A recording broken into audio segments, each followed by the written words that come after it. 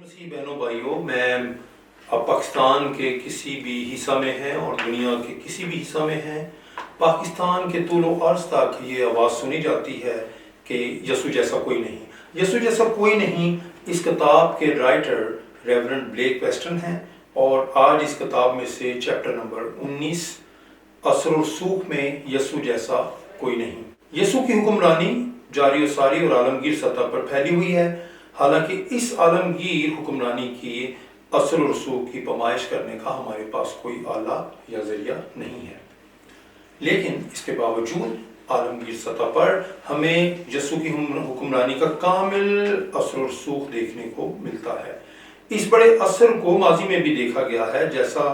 کہ زمانوں کا امتیاز پر حروف AD اور BC کا اثر انداز ہونا ظاہر کرتا ہے، جس کا مطلب ہے قبل از مسیح اور بعد از مسیح۔ نہ صرف یہ بلکہ پوری تاریخ اس سے تعلق رکھتی ہے، بلکہ کائنات کی تاریخ اس کی پیدائش سے پیشتر ہی اس سے منسوب ہے۔ یسوع نے اپنے شاگردوں سے کہا کہ وہ دنیا بھر میں جائیں اور انجیل کی بشارت دیں، لہذا دیے گئے اس فرمان کے بعد آپ یسوع کے پیروکاروں کو دنیا بھر میں، پھر کبھی کبھار تو ان جگہوں اور مقاموں پر بھی پائے جاتے ہیں جن کی بابت آپ اندازہ یا توقع نہیں کر سکتے۔ یسوع کی کامل حکمرانی کے اثر کو ہم یسوع کے پیروکاروں کے جذبے اور عزائم میں دیکھ سکتے ہیں۔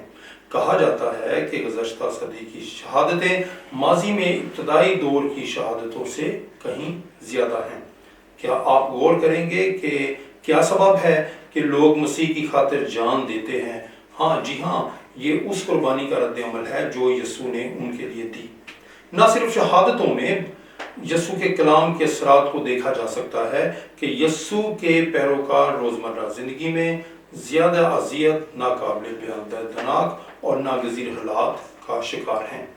اور کبھی کبھار تو اذیت رسانی کا سبب حکومت یا غیر معیاری اور غیر انسانی قوانین ہوتے ہیں، اور ان کے اطلاق کا تعلق بھی مجموعی طور پر دیگر مسالک، عقیدوں اور مصروفیات سے ہوتا ہے، اور ہو سکتا ہے کہ یہ مخالفت اپنے گھرانہ کے افراد کی طرف سے بھی شروع ہو۔ غور کیا جائے تو گلیل کی اس طاقتور شخصیت کے اثر و رسوخ کے مقابلہ میں تاریخ کے کسی بااثر رہنما کو کب اتنی اہمیت ملی ہے؟ مکاشفہ کی کتاب میں ہمیں ایک تصویر نظر آتی ہے کہ لوگ مختلف قوموں اور قبیلوں سے آ رہے ہیں اور اپنے سربراہ کے تخت کے سامنے سر جھکائے اور تعریف و ستائش میں کہتے ہیں بربراہی لائق ہے، لہٰذا ایک اس سچائی کو ذہن نشین کر لیجئے کہ یسوع کا خاندان روزمرہ کی بنیاد پر دنیا کے کونے کونے کی معلوم اور نامعلوم جگہوں سے برائے قدوس کی بادشاہت میں داخل ہو رہا ہے کہ اس کی حکمرانی کے اثر و رسوخ کا دائرہ کار عالمگیر سطح پر مانا جاتا ہے۔ یسوع کی دنیا میں آمد کے وسیلہ قوانین کا انسانی معیار تبدیل ہو گیا، ان کا درجہ بلند ہو گیا۔ چونکہ پرانے ایام میں خواتین کو اکثر دوسرے درجے کا شہری سمجھا جاتا تھا، اور پھر یسوع نے خواتین کے ساتھ مثبت رویہ اور برتاؤ بابت سکھایا۔ کلام مقدس کی سچائیوں میں دیکھتے ہیں کہ یسوع مرد و زن سے ایک ہی رویہ سے پیش آئے۔ یہی خاص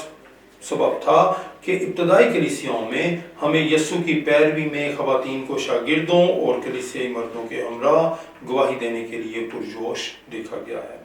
یسوع کی تعلیم اور حکمرانی کے اثر و رسوخ اور پرتاثیر خدمت کی بدولت تعلیمی اور عملی میدان میں بڑی تبدیلی وقوع پذیر ہوئی ہے، اور یہی وجہ ہے کہ دنیا کے عظیم ترین تعلیمی علمی ادارے مسیحوں کے قائم کردہ ہیں۔ یہاں تک کہ یسوع کی تعلیمات کے اصول بہت سے تعلیمی اداروں میں نصاب کا حصہ ہیں، اور بہت سی تعلیمی درسگاہیں یسوع کی تعلیم کے بغیر اپنے معیار کو قائم نہیں رکھ سکیں۔ یسوع کی پرخلوص خدمت کے سبب طبی دیکھ بھال اور صحت کے اداروں کی خدمت میں بڑی تبدیلی دیکھی گئی ہے کہ یسوع کا ان کے لیے خدمت انجام دینا اس طرح سے فائدہ مند رہا کہ جہاں بھی انجیل بیان کی گئی وہاں آپ دیکھیں گے کہ صحت اور طبعی امداد کی خدمت دونوں طرح سے ادارے اور کلیسیاں جاری رکھے ہوئے ہیں۔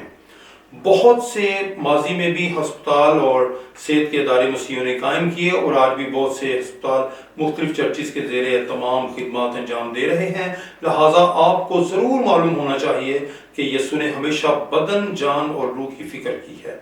ایک دفعہ میں نے رومانیہ کے ایک گاؤں کے بارے میں پڑھا جو کہ نہایت بری جگہ کے طور پر مشہور تھا۔ وہاں جرائم کی شرح بہت زیادہ تھی، اور پھر جو مسیحیوں نے اس گاؤں میں منادی کرنا شروع کی، اور پھر کچھ عرصہ کے بعد لوگ گاؤں کے مختلف اطراف سے مسیح کی طرف دوڑے چلے آئے۔ جرائم ختم ہونے لگے، اڈے بند ہونے لگے، پولیس کی ضرورت نہ رہی، اور یہ سب زندہ مسیح کی بیش بہا قدرت اور جلالی نام کے سبب سے ہوا۔ دیکھا گیا ہے کہ جس طرح ہمارے ہاں قیدیوں سے انتہائی برا سلوک اور سخت برتاؤ کیا جاتا ہے، اس پر یسوع کی تعلیمات کا اثر انداز ہونا نہایت ضروری ہے۔ ارجنٹائن کے شہر اٹلانٹا کی الموس جیل بڑی محفوظ جیل کے طور پر مشہور ہے، جہاں 3000 مرد قیدیوں کی گنجائش تھی۔ خاص طور پر 1980 کی دہائی میں تو یہ جیل اپنے اندرونی فسادات اور خطرات کی وجہ سے مشہور تھی، لیکن اس وقت یکسر طور پر سب کچھ تبدیل ہوتا دکھائی دینے لگا جب جیل میں سے کسی ذریعے سے خدا کا کلام پہنچایا گیا اور منادی کی آواز گونجنے لگی۔ اس منادی کے ذریعے 1500 کے قریب قیدی یسوع کی پیروی میں آئے۔ اب وہاں دنیا کا سب سے بڑا جیل چرچ ہے جو قیدیوں میں یسوع کے کلام کی منادی کرتا ہے، اور وہاں کی حکومت اس جیل کے قیدیوں کو دوسری 40 جیلوں میں منادی کے لیے بھیجتی ہے کہ وہ وہاں جا کر دیگر قیدیوں میں یسوع کے ساتھ اپنے شخصی تجربہ کا بیان کریں اور زندگیاں تبدیل ہوں۔ معاشرے میں یسوع کی تعلیمات کا اس قدر زیادہ اثر ہو رہا ہے کہ آپ حیرانگی سے اپنے آپ سے سوال کریں کہ کیا یسوع کی ایسی رفاقت کے بغیر معاشرہ رواں دواں رہ سکتا ہے؟ یس، رہ تو سکتا ہے۔ تو آپ کو ایک جرجری آئے گی، یہ کیسے ممکن ہے؟ آپ کیا اٹھیں گے کہ نہیں، بالکل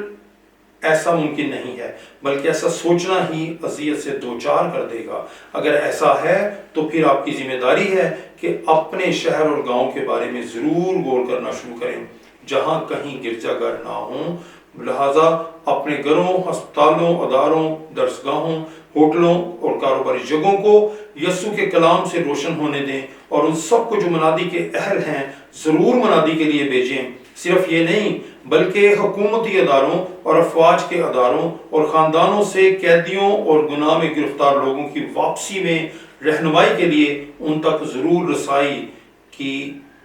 کریں کہ وہ گناہ کی دلدل اور غلامی سے آزاد ہوں۔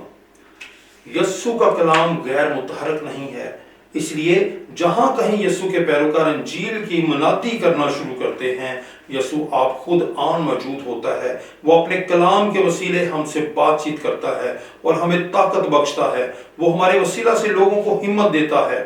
کہ لوگ اس کی پیروی میں آئیں اور آسمانی دریچوں سے جاری ہونے والی نجات بخش خدمت کا حصہ بنے، کہ یہ کسی زور زبردستی سے نہیں بلکہ خوشی سے کلام خدا کو قبول کرتے ہوئے، اس لیے کہ منادی کا زبردست اثر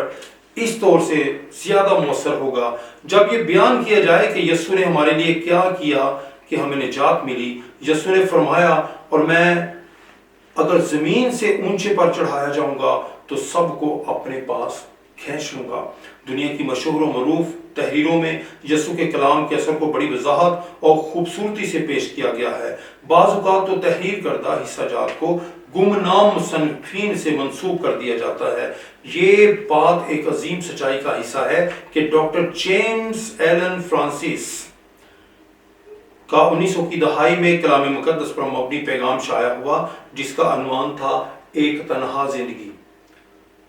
وہ ایک غیر واضح گاؤں میں پیدا ہوا تھا،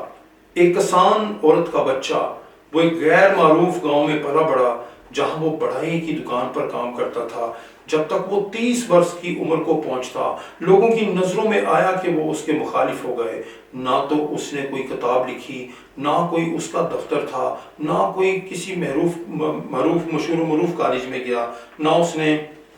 نامی گرامی شہر کا رخ کیا۔ اس نے کبھی بھی اپنی پیدائش کی جگہ سے 200 میل کے باہر تک کا سفر نہ کیا تھا، اس نے کوئی ایسی چیز ایجاد نہیں کی جس کی وجہ سے اس کی عظمت اور تعظیم ہوتی۔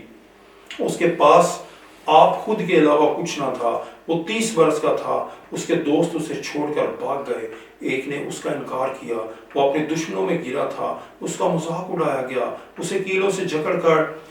کر 2 ڈاکوؤں کے درمیان سلیب دی گئی، اس کی موت کے وقت سپاہیوں نے اس کے کپڑے پر کوڑا ڈالا، کپڑے وہی جو اس کی واحد ملکیت تھے۔ جب وہ مر گیا اسے کسی اور کی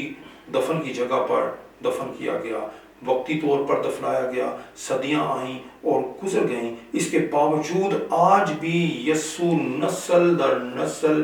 انسانی مرکزی حیثیت رکھتا ہے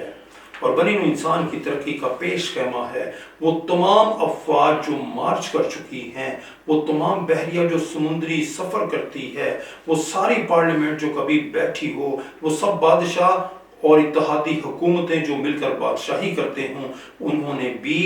کبھی اس قدر زمین پر بنی نوع انسان کو متاثر نہیں کیا جتنا زیادہ قوت اور قدرت سے اس تنہا زندگی نے کیا ہے، جس کی بابت کہا جاتا ہے کہ یسوع جیسا کوئی نہیں ہے۔ میں آپ کا شکر گزار ہوں کہ آپ نے اس سادہ سے پیغام کو بڑی دلچسپی سے سنا ہے، اور میرا ایمان ہے کہ کل کی صبح دوبارہ جب ہم اکٹھے ہوں تو بہتوں کے لیے برکت کا باعث ہوں گے۔ خدا آپ کو برکت دے۔